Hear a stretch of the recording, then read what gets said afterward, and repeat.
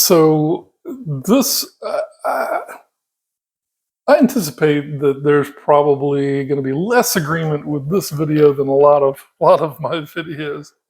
This is where I depart, I suppose, from a lot of other people of my particular philosophical persuasion, if you will. Hermetic. Um, um,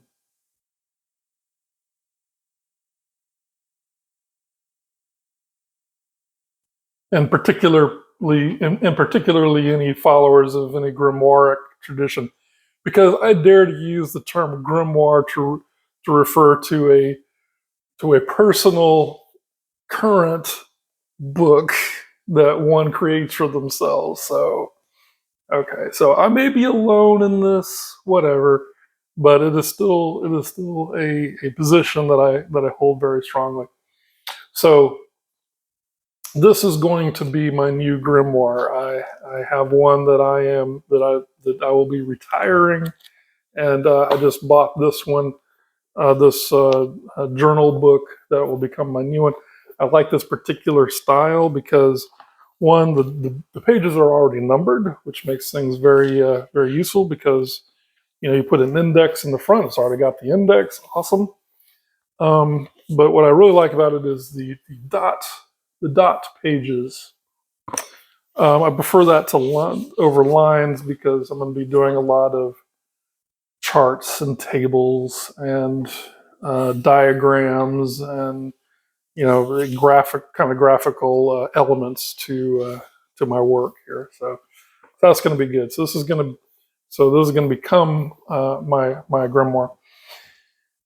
So a couple of things. One is that I believe, I don't think this particular one is not that controversial. I believe that collecting the tools of your practice, of magical tools, ritual items, things like that, collecting them, creating them, constructing them, etc., is part of the process. Um,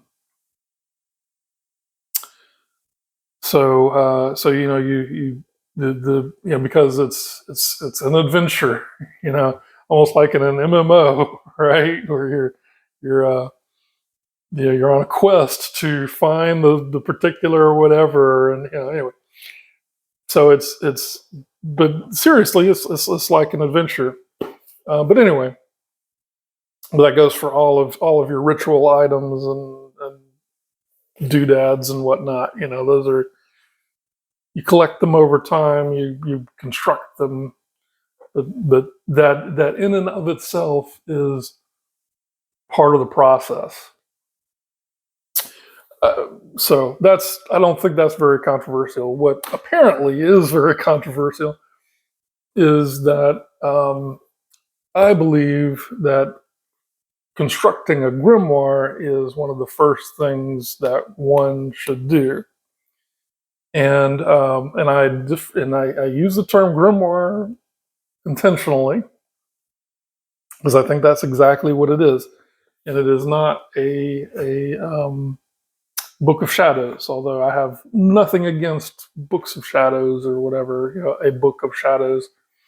The distinction between the two is that what the similarity is that they both have the materials necessary to perform magical operations.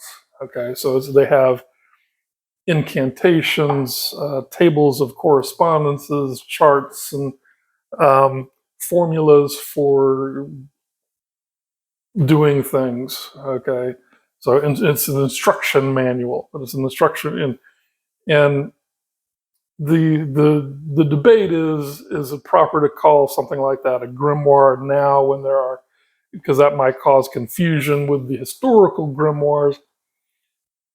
I don't think it causes any confusion. I think it's very clear.